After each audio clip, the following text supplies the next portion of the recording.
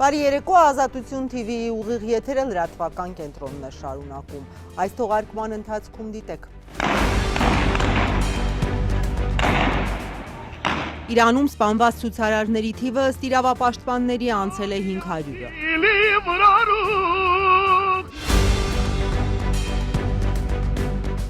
Հայաստանի իշխանությունը չի կարողանում տեղեկություններ ստանալ Իրանում ապրող հայերի մասին։ Ուրբաթ օրվանից տեղեկություն չունենք, այս պահին էլ մենք չենք կարողանում կապնվել։ Պահանջվել ասենց, պետք է գամ որպես աշխատող։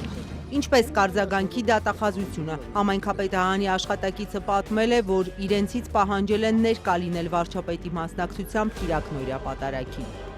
Почему мы не можем начинать СВО и в других точках нашей зоны влияния? Երևանը Մոսկվային բողոքի նոտա է փոխանցել Հայաստանին առնչվող Կրեմլի ամենահայտնի քարոզիչներից մեկի Վլադիմիր Սոլովյովի արտահայտություններից հետո։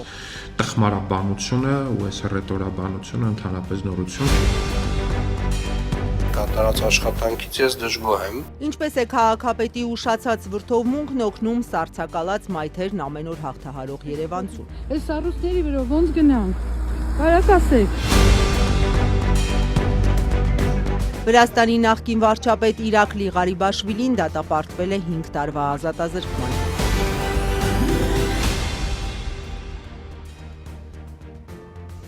Թողարկումը սկսենք Իրանում արդեն 2 շաբաթից ավելի շարունակվող մասսայական բողոքի ակցիաներից։ Իրավապաշտպանները 500-ից ավելի զոհերի մասին են հաղորդում և 10,000-ից ավելի ձերբակալվածների։ Իրանի նախագահը սոցիալական խնդիրների, գնաճի, դրամի արժեզրկման դեմ բողոքով սկսած հակակառավարական ցույցերի մասնակիցներին ահաբեկիչներ է անվանում։ Այս ֆոնին Միացյալ Նահանգների նախագահը շարունակում է սպառնալ Իրանի իշխանությանը։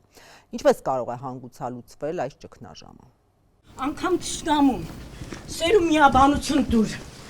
բերնեմ զորությանդ, այ։ Մասիսի Սուրբ Թադեոս եկեղեցու մոմավաճառ ներկայացած կինը շատ զայրացավ, երբ իմացավ, որ Գևորգ եպիսկոպոս Սարոյանին ենք փնտրում։ Կաթողիկոսի որոշմամբ նա ազատվել է Մասյացոտնի թեմի առաջնորդի պաշտոնից, բայց որոշումը չի ընդունում։ Այսօր էլ Երևան ժողովի է, ավելի զայրացավ մոմավաճառը։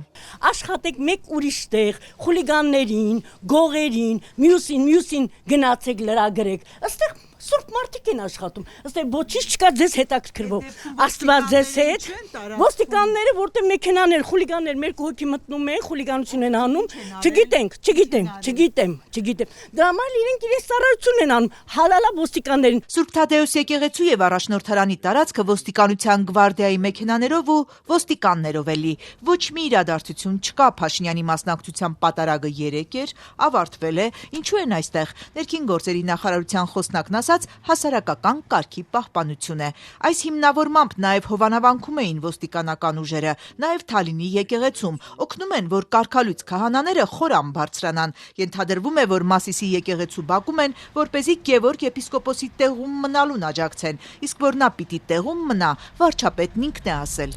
Կտրիչ Ներսիսյանը ամենայն հայոց կաթողիկոս չէ եւ հետեւաբար այդ դիրքից նրա կայացրած որոշումները մեզ համար արժեք չունեն եւ առ ոչինչ են։ Տեր Գևորգ եպիսկոպոս Սարոյանը շարունակում է մնալ Հայաստանյաց Առաքելական Սուրբ եկեղեցու Մասյացոտնի թեմի առաջնորդ։ Վեհափարի տնօրինությամբ Մասյացոտնի թեմի առաջնորդական տեղապահ է նշանակվել Տեր Ռուբեն Վարդապետ Զարգարյանը։ Նա սակայն առաջնորդարան դեռ չի փորձել մտնել, ասաց թեմի տարածքում շրջում է քահանաների հետ հանդիպում։ Այս թեմի 24 քահանաներից 4-ն են միացել Փաշինյանի հակակաթողիկոսական արշավին։ Նրանց առաջնորդարանում չտեսանք։ Տրամադրություն փոխանցող միակը մոմավաճառն է։ Հնարավոր բան չի, նա իրավունք ունի, ինքը պաշտոնաթող է, ոնց կարող է դիմացինին պաշտոնաթող անել։ Նիկոլ Փաշինյանի ու 10 եպիսկոպոսների ձևավորած համակարգող խորհուրդը ոչ լեգիտիմ ու մերժելի է համարել կաթողիկոսի որոշումը պաշտոնանկանել Մասյացոտնի թեմի առաջնորդին։ Իդեպ Մայրաթորից էլ մանրամասներ չեն հայտնում, թե ինչու են կանգ առել հատկապես այս եպիսկոպոսի վրա։ Կարեկին երկրորդի հեռացումը 10 են պահանջում, նրանցից 8-ը թեմերի առաջնորդներ են։ Փաստն այն է, որ այժմ Մասյացոտնի թեմի առաջնորդարանում պաշտոնանկարված եպիսկոպոսն է, իսկ նրան փոխարինող հայր Ռուբենը շրջում է թեմի եկեղեցիներով։ Ոստիկանությունը թող զբաղվի իր գործերով։ Սա մեր եկեղեցին է ու կարծում եմ ոչ մի հայ մարդ երբեք եկեղեցու նկատմամբ վատ արարք իրան թույլ չի տա։ Մասիսի եկեղեցի եկած այս կինը տարակուսեց ոստիկանների առատությունից, չի հասկանում ինչու է գործադիր իշխանության ղեկավարը վարչապետը եկեղեցի բարենորոգում։ Գիտեք, ամեն մարդ պիտի իր գործով զբաղվի։ Այսինքն եթե նա վարչապետն է մեր, ուրեմն ինքը թող զբաղվի իր, իսկ եկեղեցին միշտ եղել է անկախ ամեն ինչից, թե կաթողիկոսը ինչպես է, նորեն հիշում, որ կաթողիկոսը երեխա ունի, նորեն հիշում, որ կաթողիկոսը չի կարելի առանց գիտեք ինչ, ժողովուրդն էլ ուրիշ բան է ասում են Նիկոլ Փաշինյանն է ծառայում ուրիշ երկրներին, հիմա որն է ավելի ճիշտ։ Երեք Սուրբ Թադեոսը լեփ-լեցուն էր, եկեղեցին Մասիսում է, բայց հարակից տարածքներից ավելի շատ մարդ կար, ասում է Գրիշա Բադասյանը։ Ես հատուկ եկել եմ, որ իմ տենամ ստեղ շրջապատը Մասիս մարդ կա չկա։ Ես Մասիս մարդ չեմ տեսել ստեղ։ Տղամարդն ինքը պատարագի չի մասնակցել, ուղակի դիտարկել է տարածքը։ Ինքը իրավունք չունի։ Կաթողիկոսը եկեղեցին պիտի ինքը ներսում փոխի իր որ պետք է իրան դնի, բայց ինքը իրավունք չունի ախր դա։ Վարչապետին մի հարց ունի նրա ընկերը։ Եթե դու ասում ես եկեղեցի կողմեր գործերը չխարում, դու ուրեմն ինքն է պետք է իր եկեղեցու գործերը չխարի։ Մասյացոտնի թեմի մեկ այլ Մարմարաշենի Սուրբ Գևորգ եկեղեցու բակում երկրի գլխավոր թեմա դարձած եկեղեցու նորոգման գործընթացի մասին հարցից մի տղամարդ գլուխը թափահարելով հեռացավ։ Էդի մի քիչ չխորանանք։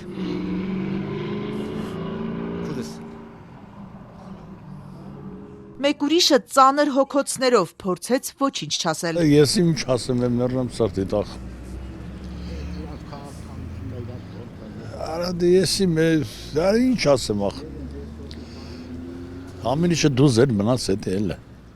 Մի քաղաքացի էլ այս ամենը քաղաքական խաղ որակեց, որին պետք չէ որ ժողովուրդը խառնվի, բայց վարչապետը հոգևոր նորոգման մասին է խոսում։ Մենք դրանից հեռու ենք։ Հոգևոր նորոգումից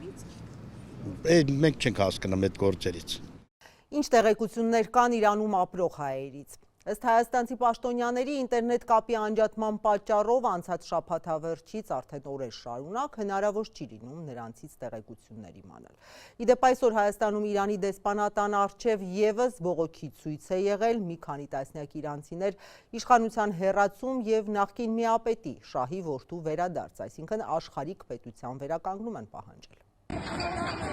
Հայաստանի կառավարությունն արդեն երրորդ օրն է տեղեկություն չունի Իրանում ապրող հայերի մասին։ Սփյուռքի գործերի գլխավոր հանձնակատար Զարեհ Սինանյանն ասում է, ինտերնետի եւ հեռախոսային կապի խափանման պատճառով այս պահին հնարավորություն չկա գնահատելու իրավիճակն ու դրանից բխող որոշումներ կայացնելու։ Իրանում մենք ուրբաթ օրվանից տեղեկություն չունենք, այս պահին էլ մենք չենք կարողանում կապնվել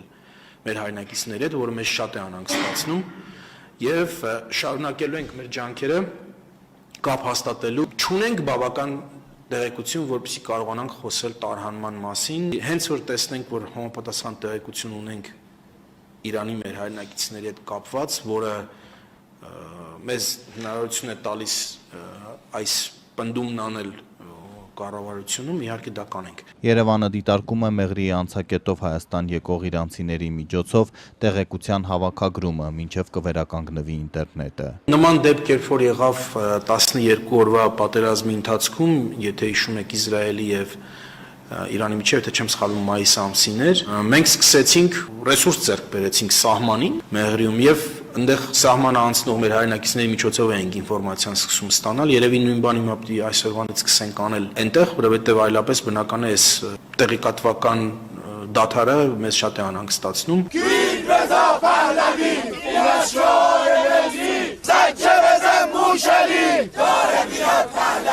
Մինչ այդ Հայաստանում հաստատված իրանցիները բողոքի ակցիաներ են անում Երևանում իրենց երկրի դեսպանատան դիմաց պահանջելով դադարեցնել արյունահեղությունը։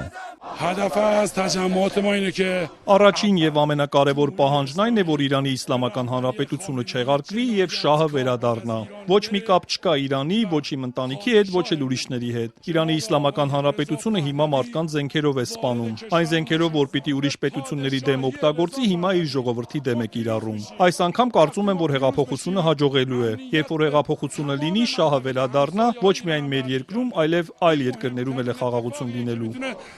تاریخ برای همسایه های محمد بیفته. Կապ ունեք ձեր ընտանիքի հարազատների հետ ինչ վիճակ է Թեհրանում։ Արդեն մոտավոր 5 օր է, որ սա կապերը փակվել է եւ ոչ մի կապ չկա Իրանի հետ։ Եվ շատ հանգիստ ձևով կանում են մարդկանց սպանեն առանց այդ որ աշխարհի մնա։ Որպես կանոն տարեսկզբին համարյա ամեն տարի վերջին տարիներին Իրանում ցույցեր են եղել, սա ինչ որ բանով տարբերվում է նախորդ։ Դա տարբերվում, որ արդեն մարդիկ այդ վիճակի են հասել, որ իրանց համար չի տարբերում, որ գան փողոցում մեռնեն, թե տանը նստեն, որտեվ երբ որ մարդ չկանա իր ընտանիքին կշտացնի, այդ մարդը արդեն մեռած է։ Եվ գալիս է դուրս, իր համար չի տարբերում, որ իրան կրակեն, թե ինչ որ բան անեն։ Վիճակը շատ վատ է, արդեն մի քանի օր է, ոչ ինտերնետ կա, ոչ տելեկոմ կա, ոչ օրինակ տելեֆոնները չեն աշխատում, որ ինֆորմացիանը դուրս է գալիս երկրում, Starlink-ի կողմից է գալիս, ովքեր Starlink ունեն, օգտագործում են ու ինֆորմացիանը արդեն երկրից դուրս է գալիս, վիդեոները, նկարները, ամեն ինչը այն կողմից է դուրս գալիս։ Նախորդ տարիների ցույցերից ինչով է սա տարբերվում։ Տարբերությունը դա է, որը անցած անգամները Իրան մենակ պրոտեստները, ինչ որ ռեֆորմները Իրանն ուզում, հիմա այս անգամ է ժողովուրդը ոչ ռեֆորմ են ուզում, Իրան ուզում են փոխվի, սիստեմը փոխվի։ Այո, ինչ որ հիմա այսօր դուք տեսնում եք, այսեղ ժողովուրդը ռեֆորմի մասին չեն խոսում, ասում են այն այաթոլլաների եւ մոլլաների անուններ են բերում ու ասում են իրան պետք է հիմա արդեն դուրս գնան երկրին։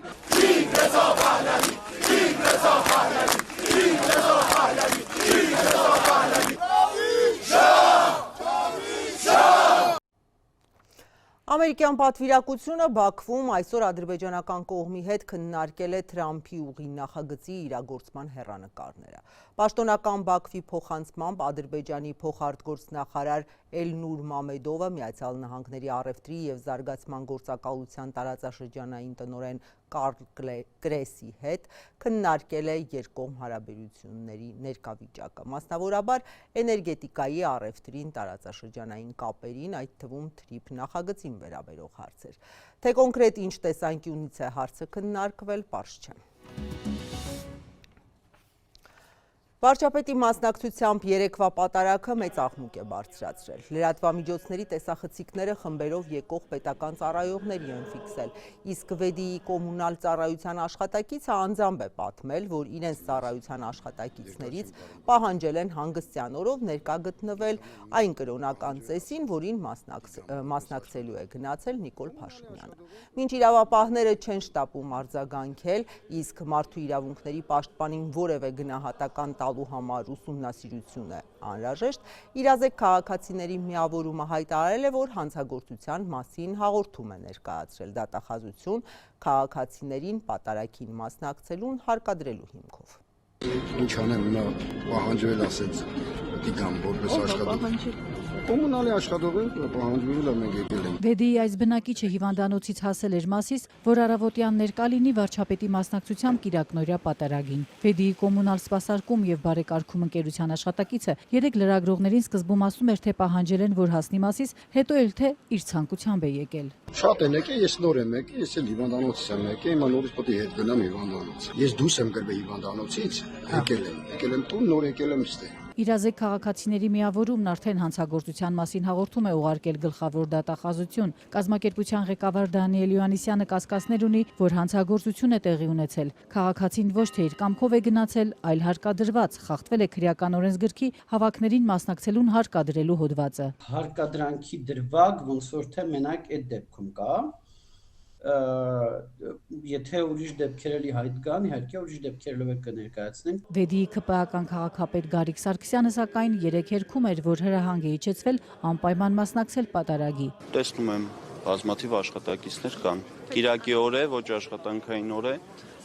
Իմ աշխատակիցներն են միգուցե տեղյակ են, որ ես մասնակցում եմ, իրենք էլ ցանկություն են ունեցել մասնակցելու։ Եթե մարդիկ ստիպված եկած լինեն, դրա մասին նաև կարտահայտվեն։ Գլխավոր դատախազությունն արդեն ստացել է բողոքը։ Ազատությանը փոխանցեցին, որ օրենքով սահմանված կարգով ընթացք է տրվել դրան։ Սա նշանակում է, որ կամ գործ կհարուցեն, կամ ոչ։ Մինչ դատախազությունը որոշում կկայացնի, Իոաննիսյանն անդրադառնում է մեկ այլ խնդրի, ինչպես է ստացվում, որ տարբեր եկեղեցիներում Փաշինյանի մասնակցության պատարագներին պետական ու համայնքային աշխատողներ են։ Իրավապաշտպանը մտահոգիչ է համարում այս երևույթը, բայց ասում է, սա քրեական օրենսգրքով արգելված արարք չի համարվում։ Ես ազատ եմ ասելու, որ սա խնդիր է,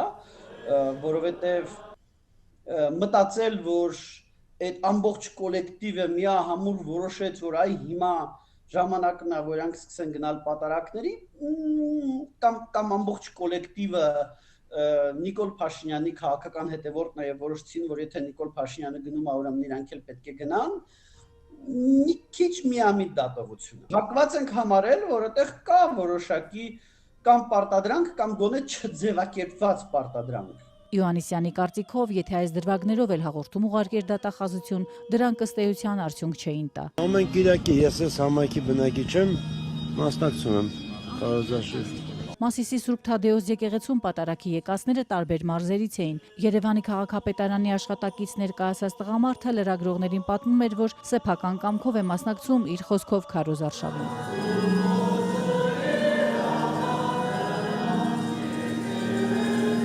Վարչական ռեսուրսը ներգրավվում է վարչապետի նախաձեռնած շարժմանը, շեշտում է իրավապաշտպան Արթուր Սաքունցն ու հարցնում, այդ ինչպես ստացվեց, որ պետական ծառայողները հանգստյան օրերին համախմբված մասնակցում են տարբեր մարզերում Փաշինյանի մասնակցությամբ անցկացվող պատարագներին։ Օրինակ, հունվարի 6-ին Սուրբ Ծննդյան պատարագին անգամ հեռավոր քաղաքներից էին Երևան հասել տարբեր տեղական պաշտոնյաներ։ Նրանցից էր Վարդենիսի քաղաքապետը։ Միայն կարող է վկայել, ոչ միայն որ վարչական ռեսուրսերը կիրառվում, այլ նաև որ դա կազմակերպված բնույթ ունի, բայց հատկապես որ բյուջետային հիմնարկների աշխատողներ են, դրանք կարող են վկայել նաև, որ մարդիկ մտահոգություն ունեն, եթե չմասնակցեն, չաչակցեն, ապա կարող են լուրջ խնդիրներ ունենան իրենց աշխատանքային իրավունքների պաշտպանվածության տեսակետից։ Արդյոք միայն քաղաքական համախոհությամբ է պայմանավորված վարչապետի հետևից պատարագին գնալը, հարցնում է իրավապաշտպանն ու ընդգծում, տեղի ունեցողը խնդրահարույց է հավաքների ազատության տեսանկյունից։ Նույն մարդկանց մենք տեսնում ենք ամենատարբեր եկեղեցիում։ Եթե մի մարդ իր տարածքում ունի եկեղեցի եւ պատարագին գնում է մասնակցելու մեկ այլ տարածքում, որտեղ վարչապետը պատարագի է մասնակցում, ապա իհարկե հարցեր են առաջ գալիս։ Որպես այդ ինչ գլխապատար որոշեցիք գնալ եւ մասնակցել։ Պատկերը ինքը չի կարող ձևավորել ազատ կամքի արտահայտության մասին, վստահություն։ Արդյոք դատախազությունը նույն կերպ կվարվի ու քրեական գործ կհարուցի Դանիել Իոաննիսյանի այս մի բողոքի հետքերով այնպես, ինչպես հարուցել էր ամիսներ առաջ։ Իոաննիսյանն էր բողոք ուղարկել իրավապահներին, պնդել, որ Արագածոտնի թեմի առաջնորդը խախտել է օրենքը, երբ հարկադրել է իր ենթակա հոգևորականներին մասնակցել ընդդիմության հավաքներին ու չընտրել Փաշինյանի կուսակցությանը։ Մկրտիչ Սրբազանին ու եւս 10 հոգևորականների ձերբակալել էին, այնուհետև մեղադրանք ներկայացրել բարձրաստիճան հոգևորականին ու արդեն 3 ամիս է նրան պահում են բանտում կալանքի տակ։ Պաշտոնանկության որոշումից 3 օր անց Մասյացոտ ընթեմի առաջնորդը նստավայրը չի լքել։ Ինչպես մյուս եկեղեցիներում, որտեղ կաթողիկոսի կարծիքին հակադրվում է աշխարհիկ վարչապետինը, այստեղ էլ տարածքը ոստիկանական ուժերի հսկողության տակ է։ Եկեղեցու բարենորոգման օրակարգով Նիկոլ Փաշինյանին միացած 10 եպիսկոպոսների վերաբերյալ սա վեհարանից տարածված առաջին որոշումն է, որը փաստացի չի իրագործվում։ Մասյացոտ ընթեմի առաջնորդի փոխարինողը գործունեությունը ծավալում թեմի այլ եկեղեցիներում։ Անգամ չկամում, սերում միաբանություն դուր, բերրեմ զորությանդ, այ։ Մասիսի Սուրբ Թադեոս եկեղեցու մոմավաճառ ներկայացած կինը շատ զայրացավ, երբ իմացավ, որ Գևորգ եպիսկոպոս Սարոյանին ենք փնտրում։ Կաթողիկոսի որոշմամբ նա ազատվել է Մասյացոտնի թեմի առաջնորդի պաշտոնից, բայց որոշումը չի ընդունում։ Այսօր էլ Երևան ժողովի է, ավելի զայրացավ մոմավաճառը։ Աշխատեք մեկ ուրիշ տեղ, խուլիգաններին, գողերին, մյուսին գնացեք լրագրեք։ Այստեղ Սուրբ մարդիկ են աշխատում, ըստ ոչինչ չկա ձեզ հետաքրքրվող, Աստված ձեզ հետ, ոստիկանները, որտեղ մեքենաներ, խուլիգաններ մեր կողքի մտնում են, խուլիգանություն են անում, չգիտեմ, դրա համար իրենք իրենց ծառայություն են անում, հալալա ոստիկաններին։ Սուրբ Թադեոս եկեղեցու եւ առաջնորդարանի տարածքը ոստիկանության գվարդիայի մեքենաներով ու ոստիկաններով էլի, ոչ մի իրադարձություն չկա, Փաշինյանի մասնակցության պատարագը 3 էր, ավարտվել է, ինչու են այստեղ, ներքին գործերի նախարարության խոսնակն ասաց, ասած հասարակական կարգի պահպանություն է։ Այս հիմնավորմամբ նաև հովանավանքում էին ոստիկանական ուժերը, նաև Թալինի եկեղեցում, օգնում են, որ կարգալույց քահանաները խորամ բարձրանան։ Ենթադրվում է, որ Մասիսի եկեղեցու բակում են, որպեսզի Գևորգ եպիսկոպոսի տեղում մնալուն աջակցեն, իսկ որ նա պիտի տեղում մնա, վարչապետն ինքն է ասել։ Կտրիչ Ներսիսյանը ամենայն հայոց կաթողիկոս չէ եւ հետեւաբար այդ դիրքից նրա կայացրած որոշումները մեզ համար արժեք չունեն եւ առ ոչինչ չեն։ Տեր Գևորգ եպիսկոպոս Սարոյանը շարունակում է մնալ Հայաստանյաց Առաքելական Սուրբ եկեղեցու Մասյացոտնի թեմի առաջնորդ։ Վեհափարի տնօրինությամբ Մասյացոտնի թեմի առաջնորդական տեղապահ է նշանակվել Տեր Ռուբեն Վարդապետ Զարգարյանը։ Նա սակայն առաջնորդարան դեռ չի փորձել մտնել, ասաց թեմի տարածքում շրջում է քահանաների հետ հանդիպում։ Այս թեմի 24 քահանաներից 4-ն են միացել Փաշինյանի հակակաթողիկոսական արշավին։ Նրանց առաջնորդարանում չտեսանք։ Տրամադրություն փոխանցող միակը Մոմավաճառն է։ Հնարավոր բան չի, նա իրավունք ունի, ինքը հենց ինքը պաշտոնաթող է, ոնց կարող է դիմացինին պաշտոնաթող անել։ Նիկոլ Փաշինյանի ու 10 եպիսկոպոսների ձևավորած համակարգող խորհուրդը ոչ լեգիտիմ ու մերժելի է համարել կաթողիկոսի որոշումը պաշտոնանկ անել Մասյացոտնի թեմի առաջնորդին։ Իդեպ Մայրաթորից էլ մանրամասներ չեն հայտնում, թե ինչու են կանգ առել հատկապես այս եպիսկոպոսի վրա։ Կարեկին երկրորդի հեռացումը 10-ն են պահանջում, նրանցից 8-ը թեմերի առաջնորդներ են։ Փաստն այն է, որ այժմ Մասյացոտնի թեմի առաջնորդարանում պաշտոնանկ արված եպիսկոպոսն է, իսկ նրան փոխարինող հայր Ռուբենը շրջում է թեմի եկեղեցիներով։ Ոստիկանությունը թող զբաղվի իր գործերով։ Սա մեր եկեղեցին է ու կարծում եմ ոչ մի հայ մարդ երբեք եկեղեցու նկատմամբ բադ արարք իրան թույլ չի տա։ Մասիսի եկեղեցի եկած այս կինը տարակուսեց ոստիկանների առատությունից, չի հասկանում ինչու է գործադիր իշխանության ղեկավարը վարչապետը եկեղեցի բարենորոգում։ Գիտեք, ամեն մարդ պիտի իր գործով զբաղվի։ Այսինքն եթե նա վարչապետն է մեր, ուրեմն ինքը թող զբաղվի իր իսկ եկեղեցին միշտ եղել է անկախ ամեն ինչից, թե կաթողիկոսը ինչպես է նորեն հիշում, որ կաթողիկոսը երեխա ունի, նորեն հիշում, որ կաթողիկոսը չի կարելի առանց գիտեք ինչ ժողովուրդն էլ ուրիշ բան է ասում են Նիկոլ Փաշինյանն է ծառայում ուրիշ երկրներին, հիմի որն է ավելի ճիշտ։ Երեք Սուրբ Թադեոսը լեփ-լեցուն էր, եկեղեցին Մասիսում է, բայց հարակից տարածքներից ավելի շատ մարդ կար, ասում է Գրիշա Բադասյանը։ Ես հատուկ եկել եմ, որ իմ տենամ ստեղ շրջապատը Մասիս մարդ կա չկա։ Ես Մասիս մարդ չեմ տեսել այստեղ։ Տղամարդն ինքը պատարագի չի մասնակցել, ուղակի դիտարկել է տարածքը։ Ինքը իրավունք չունի։ Կաթողիկոսը եկեղեցին պիտի ինքը ներսում փոխի իր որ պետք է իրան դնի, բայց ինքը իրավունք չունի ախր դա։ Վարչապետին մի հարց ունի նրա ընկերը։ Եթե դու ասում ես եկեղեցի թող մեր գործերը չխարում, դու ուրեմն ինքն է պետք է իր եկեղեցու գործերը չխարի։ Մասյացոտնի թեմի մեկ այլ Մարմարաշենի Սուրբ Գևորգ եկեղեցու բակում երկրի գլխավոր թեմադարձած եկեղեցու նորոգման գործընթացի մասին հարցից մի տղամարդ գլուխը թափահարելով հեռացավ։ Էդի մի քիչ չխորանանք։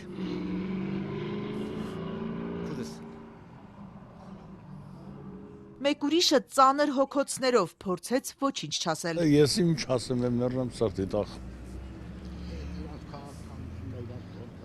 Արա դե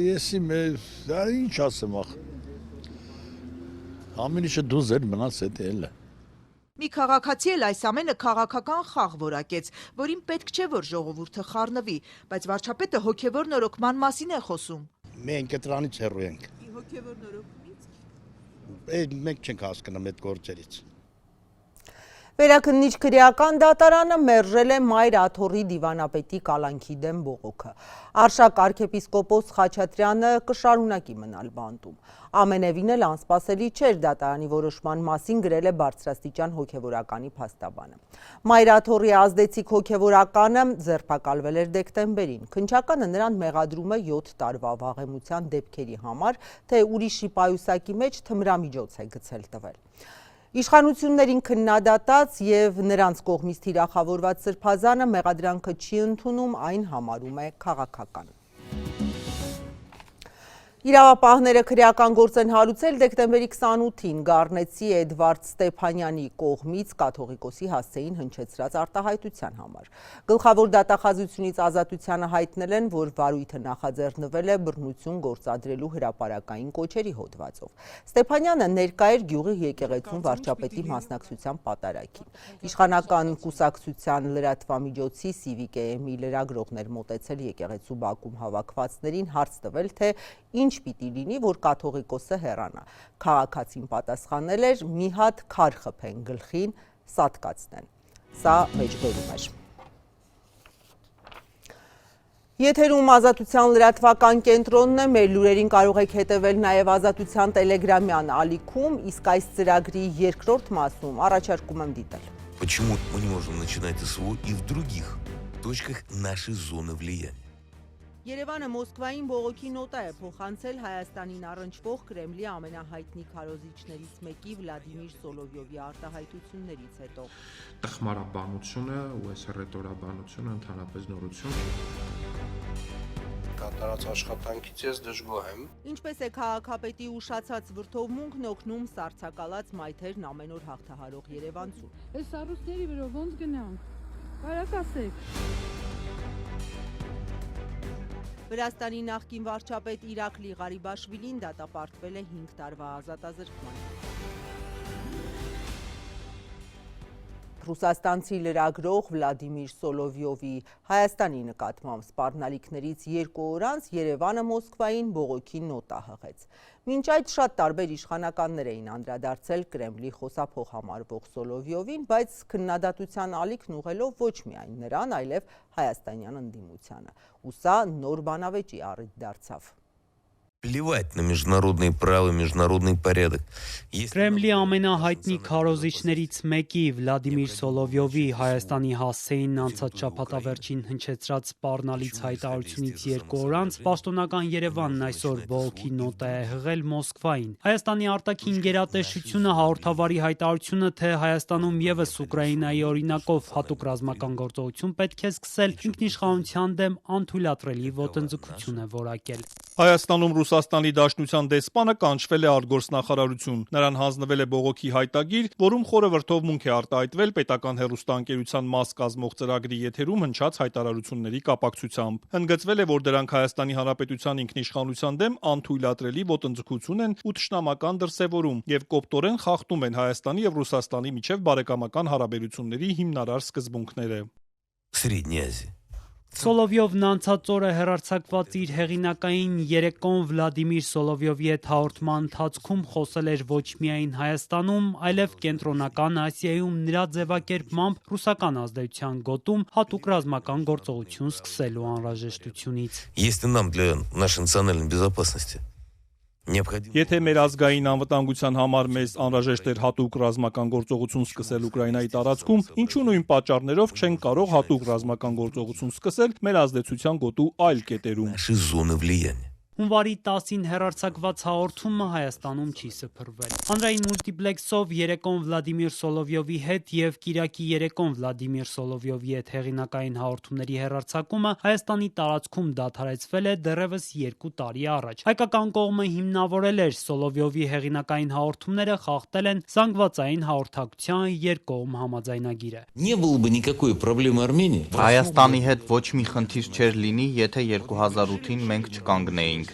Այ եթե մենք 2008-ին լուծեինք Վրաստանի խնդիրը, Ռուսաստանը ցամաքային սահման կունենար Հայաստանի հետ, իսկ կյանքը բոլորովին այլ կլիներ Հայաստանում։ Իշխանական պատգամավորներն իրենց վրդովմունքն են հայտնել Սոլովյովի հայտարարությունների վերաբերյալ։ Հիշել, դեռ 2013-ին Սոլովյովը պատվո շքանշան է ստացել երրորդ նախագահ Սերժ Սարգսյանից։ Հայերի ու Հայաստանի հանդեպ իր սերը միշտ արտահայտող ռոպագանդիստ Սոլովյովը պահանջում է հատուկ ռազմական գործողություն անել Հայաստանում, ճիշտ այնպես, ինչպես Ուկրաինայում։ Սա թշնամական դրսևորում է Հայաստանի Հանրապետության հանդեպ եւ պետք է ստանա պատշաճ արձագանք, որը պետք է լինի սրան Հայաստանի Հանրապետության արձագանքը արձագանքը։ Առնվազն Սոլովյովը պետք է զրկվի Հայաստանի Հանրապետության կողմից իրեն տրված պատվո շքանշանից, եւ սա նվազագույնն է, որ Հայաստանը պետք է անի։ Նրա այս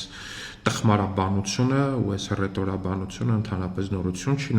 նաեւ նրա թշնամական վերաբերմունքը Հայաստանի Հանրապետության ու Հայաստանի անկախության նկատմամբ։ Что происходит в Армении? Ինչ է կատարվում Հայաստանում։ Հաստատված խաղաղությունը ձեզ դուր չի գալիս, կամ էլ ձեզ դուր չի գալիս, որ Հայաստանն առաջ է շարժվում ժողովրդավարության ճանապարհով։ Իշխանական падգամավորները քննադատելով Կրեմլի քարոզչին միևնույն ժամանակ հարց էին բարձրացնում, թե ինչու ընդդիմության ներկայացուցիչները չեն դատապարտում Սոլովյովի հայտարարությունները։ Հույդա Գերագույն մարմնի անդամ Իշխան Սաղաթելյանն իր հերթին ժամեր անց դատապարտեց Սոլովյովի հայտարարությունը ու քննադատեց իշխանականներին, նույն եռանդով Բաքվից հնչող սպառնալիքներին չարձագանքելու համար։ Իսկ դուք պատրաստ եք նույն խստությամբ արձագանքել ոչ միայն ռուս վերլուծաբաններին, այլ նաև այն պաշտոնյաներին, որոնք իրականում ու շարունակաբար թիրախավորում ու սպառնում են Հայաստանին։ Դուք ամբողջ ուժով դատապարտում եք ռուս վերլուծաբանի մեկ հայտարարություն, բայց տարիներ շարունակ լուռ եք Ադրբեջանի եւ Թուրքիայի բարձրաստիճան պաշտոնյաների ուղիղ սպառնալիքների հանդեպ, որոնք կասկածի տակ են դնում Հայաստանի տարածքային ամբողջականությունն ու բացահայտ միջամտում մեր ներքին գործերին։ ՀԱԿ փոխնախագահ Լևոն Զուրաբյանն այսօր հայտարարել է, որ եթե իրենք լինեն իշխանության, թույլ չեն տա որևէ կողմի Հայաստանում հիբրիդային պատերազմ վարել։ Առատ տեղումներից հետո մարդկանց հուզող առօրյա մի խնդրի մասին, սառցակալած մայթերի ու հատկապես շենքերի անանցանելի բակերի մասին, որտեղ պատասխանատուներին բնակիչներն այդպես էլ չտեսան եւ հույսը կրկին արևը մնաց։ Նրանց ամեն օր հիշող երևանցիներից բացի երկու շաբաթ հետո պարզվեց, որ նրանցից նաև քաղաքապետն է դժգոհ։ Վարչական շրջանների մեր կատարած աշխատանքից ես դժգոհ եմ։ Գործակարգավարականի այսօրվա նիստը դժգոհությամբ սկսած Երևանի քաղաքապետ Տիգրան Ավինյանը հետաքրքրվեց, թե հունվարի 1-ից 3-ը որտեղ էին Երևանի վարչական շրջանների այն աշխատակիցները, որոնք ձյան առատ տեղումներից հետո պետք է գործի անցնեին։ Հիշեցրեց, դեռ 2 տարի առաջ են քննարկել այս հարցն ու վարչական շրջաններում աշխատակիցների հատուկ խմբեր առանձնացրել։ 1-ից 3 քեզ մարդիկ տուն են եղել։ Նոր տարի էին անում։ Հասկանում եմ իհարկե, դա էլ է մոտեցում, բայց այն մոտեցումը չի, որի մասին ես խոսել եմ տարվա վերջին։ Ես հատուկ շեշտել եմ, հարգելի գործընկերներ, որ մենք ունենք ձյուն, դեռ դեկտեմբերի վերջին եմ խոսել դրա մասին։ Եվ պետք է աշխատենք 24/7 ռեժիմով, ինչպես աշխատել է ԵԱՍՄ հիմնարկը։ Թաղապետարաններից դժգոհ Ավինյանը գոհ էր միայն Երևանի աղբահանություն եւ սանիտարական մաքրում համայնքային հիմնարկի աշխատանքից, ասաց իրենց պարտականությունը լավ են կատարել։ Երևանի գլխավոր եւ երկրորդային փողոցներում խնդիրներ չեն եղել, իսկ վարչական շրջանները պնդեց բավարար ջանք չեն գործադրել, որ տնտեսվարողներին հիշեցնեն ավականու 2009 թվականից գործող այն որոշումն, ըստ որի ձյան տեղումներից 4 ժամ անց տնտեսվարողը պարտավոր է իր տարածքը մաքրել, հակառակ դեպքում կտուգանվի։ Ինչն է հիմքը, որ կարող եմ սա պնդել, որովհետև մենք ունենք վարչական շրջաններ, ովքեր որ բացարձակապես որևէ վարչական տուգանք այս հոդվածով չեն գրել այս շրջանում։ Դրանք 4-5-ն են։ Այն վարչական շրջանները, ովքեր որ չգիտեմ ինչ պատճառով եւ ինչ բացատրությամբ եւ ինչ հիմնավորմամբ այս վարչական տուգանքները չեն գրել, իրականում պետքա բացատրեն եւ հիմնավորեն, որովհետեւ ինձ մոտ մեծ հարց է առաջանում։ Լավամարդ դուրս գալը լավ բան չի։ Պնդումը, թե տնտեսվարողները պատշաճ տեղեկացված չեն եղել իրենց պարտականությունների մասին, Ավինյանը հիմնավորեց մի պատմությամբ։ Կիևյան փողոցի տնտեսվարողներից մեկն իր խանութի տարածքը մաքրելիս, տեսնելով Ավինյանին, դժգոհել է, թե այդ աշխատանքի համար իրեն պետք է վճարեն։ Ինձ ասում է, ինձ սրա համար փող պետք է տաք։ Այսինքն այդ մարդը չգիտի, որ ինքը պարտավոր է դա անել։ Պարտավոր են նաև համատիրությունները։ Ավինյանը համեմատեց քաղաքապետարանի երկու վարչությունների ու վարչական շրջանների այն աշխատակիցների թիվը, որոնց ուղիղ պարտականությունն իրավախախտումներ արձանագրելն ու տուգանելն է։ Վարչական շրջաններն այդ գործով զբաղվող մոտ 300 աշխատակից ունեն, հայտարարեց քաղաքապետն ու զգուշացրեց։ Ուղղակի խայտառակ թվեր են դուրս գալիս։ Եվ ես հասկանում եմ, որ այդտեղ ունենք լուրջ փոփոխությունների կարիք, որը շուտով կքննարկենք անպայմանորեն, անհամադրելի քանակ է, էլի։ Մեկ հասարակական կարգի պահպանության աշխատակիցը միջինացված, ասենք անգամներով, տասնյակ անգամներով ավել վարչական իրավախախտում է արձանագրում, քան մեր վարչական շրջանի համապատասխան նույն աշխատակիցը։ Ազատության Facebook-յան հարցմանն արձագանքած քաղաքացիներն արդեն երկրորդ օրն է շարունակում են սառցակալած կամ ձնով պատված տարածքների լուսանկարներ եւ տեսանյութեր հրապարակել։ Դրանց մի մասը հենց տոնական օրերին են արվել, մի մասն էլ վերջին 1-2 օրերի կադրեր են։ Ուրիշի հույսին չմնացինք, մեր ուժերով սկսել ենք մաքրել, որովհետև խայտառակ վիճակ է։ Քաղաքապետարանից հիշեցնում են, բակային տարածքները պետք է համատիրությունը մաքրի, դրա համար բնակիչները վճարում են։ Արաբկիրի բնակիչ Անահիտ Նաղդալյանի մայրը հենց իր շենքի բակում էր ընկել սառույցի վրա ու կոտրվածքներով հիվանդանոց տեղափոխվել։ Դուստրն Ազատությանն ասաց, մոր վնասվածքներն այնքան լուրջ են եղել, որ ոտքը պրոթեզավորվել է, ձեռքն էլ գիպսի մեջ է։ Թեև առողջապահության նախարարությունից ու քաղաքապետարանից խոստացել են փոխհատուցել, բայց բարկությունը դեռ չի անցել։ Փաստաբանիչի պատրաստվում էինք եւ դատական հայտ ներկայացնել եւ համատիրության մասով եւ քաղաքապետարանի, քանի որ ինչպես տեղեկացած հեշտգծից քաղաքապետարանի շենքի շրջակայքի համար պատասխանատու էր համատիրությունը 1.5 մետր շարախով։ Մնացած հատվածը փողոցային պետք է մաքրեր քաղաքապետարանը։ Տոնական ու հետտոնական օրերին վիճակը նույնն է եղել նաև մարզերում, օրինակ Չարենցավանում, Աբովյանում, Արգել գյուղում, Վանաձորում, Ծաղկաձորում, Գյումրիում եւ այլ համայնքներում։ Քաղաքապետ, ոչ մեկ չի կարող ըստեով անցնի։ Քաղաքի կենտրոնական փողոցներն է, ինչով եք զբաղված։ Բլոտ եք խաղանը մտե։ Ինչի՞ չի մաքուր գոնե այսպես խոտնի։ Այս առուստների վրա ոնց գնանք։ Կարակ ասեք։ Ինչա ձեր արածը, որ ես էլ չեք անեմ, հա։ Զոնը եկել է, ինչի՞ չեք մաքրել շուտ։ Թե Երևանի եւ թե մարզերի համապատասխան մարմինները վերջին օրերին սկսել են արդեն մաքրման կադրեր հրապարակել։ Երևանի քաղաքապետարանից համատիրություններին հիշեցնում են, աղ ու ավազի 4 պահեստ կա քաղաքում։ Կարող են ստանալ ու շահ տալ իրենց տարածքներում։ Երևանի քաղաքապետարանից շաբաթօրն Ազատությանը փոխանցել էին իրենց տարածքը չմաքրած տնտեսվարողները տուգանվել են 10-ից 20,000 դրամի չափով։ Վարչական իրավախախտումների վերաբերյալ 280 արձանագրություն է կազմվել։ Թե վերջին քանի օրերի է կազմվել այս արձանագրություններն ու հատկապես որ վարչական շրջաններում չեն մանրամասնում։ Եվս երկու լուր միջազգային լրահոսից հետո Հայաստան կվերադառնան, գիշերը Ուկրաինայի Օդեսայի մարզի էներգետիկ ենթակառուցվածքների վրա ռուսական հարձակման հետևանքով դարձյալ անջատումներ են։ Ավելի քան 33,000 ընտանիք առանց հոսանքի է մնացել։ Նախորդին էլ Կիևի քաղաքապետն էր հայտարարել, որ ձմռան ցրտին մայրաքաղաքում ավելի քան 1000 շենք մնացել է առանց ջեռուցման, քանի որ ռուսական հարվածների հետևանքով ենթակառուցվածքները վնասվել են։ Քանի որ առաջիկա օրերին սպասվում է 0-ից ցածր ջերմաստիճան, քաղաքապետը բնակիչներին կոչ է արել հնարավորության դեպքում ժամանակավորապես լքել քաղաքը։ Վրաստանի նախկին վարչապետ Իրակլի Ղարիբաշվիլին դատապարտվել է 5 տարվա ազատազրկման, ինչպես նաև 1 միլիոն լարի տուգանքի։ Գլխավոր դատախազության պնդմամբ Ղարիբաշվիլին ընդունել է իրեն ներկայացված մեղադրանքը։ Վրաստանի կառավարության նախկին ղեկավարը մեղադրվում էր վարչապետ աշխատելու ընթացքում անօրինական բիզնես գործունեություն ծավալելու համար։ Վրաստանի նախկին ղեկավարը գլխավոր դատախազության հետ գործարք է կնքել, առանց դրա նախկին վարչապետին 9-ից 12 տարվա ազատազրկում էր սպառնում։ Իրակլի Ղարիբաշվիլիի փաստաբանների պնդմամբ իրենց պաշտպանյալը արդեն բանտ է տեղափոխվել։ Չիմարում Ադրբեջան գրությունը մարզահագուստի վրա փակած հայ դահուկորդի քայլի շուրջ աղմուկը։ Բաքուն բողոքում է, Երևանում իշխանության արձագանքը երկիմաստ է, իսկ ֆեդերացիան խնդրի լուծում է ակնկալում։ Սպորտային թե քաղաքական հարց է հայ դահուկորդի հետ պատահածը։ Միքայել Միքայելյանը օրերս հրաժարվել էր Ադրբեջան գրությունը կրծքին դուրս գալ իտալական Տուր դե Սկի մրցաշարում սահքի, փակելով այն կպչուն ժապավենով։ Հիմա դա ուղիղ հոգեբանական ճնշում է այդ մարզիկի նկատմամբ, թե ոչ։ Հիմա ձեզ հարց. առաջնահերթությունը մարզիկի իրավունքներն են, թե մարքեթինգային իրավունքներն են։ Երբ որ իմ հարցին կպատասխանեք, կհասկանանք, դա քաղաքական հարց է, թե սպորտային հարց է։ Հայաստանի դահուկային սպորտի ֆեդերացիայի նախագահ Գագիկ Սարգսյանի այս հարցը երկու հասցեատեր ունի՝ միջազգային ֆեդերացիայի նախագահն ու Հայաստանի կրթության, գիտության, մշակույթի եւ սպորտի նախարարը։ Սպորտային այս սկանդալից մի շաբաթ անց Ժաննա Անդրեասյանը հստակ ասել էր. Սպորտը պետք է լինի սպորտի մասին եւ կարեւոր է, որպեսզի մենք մարզական հրապարակում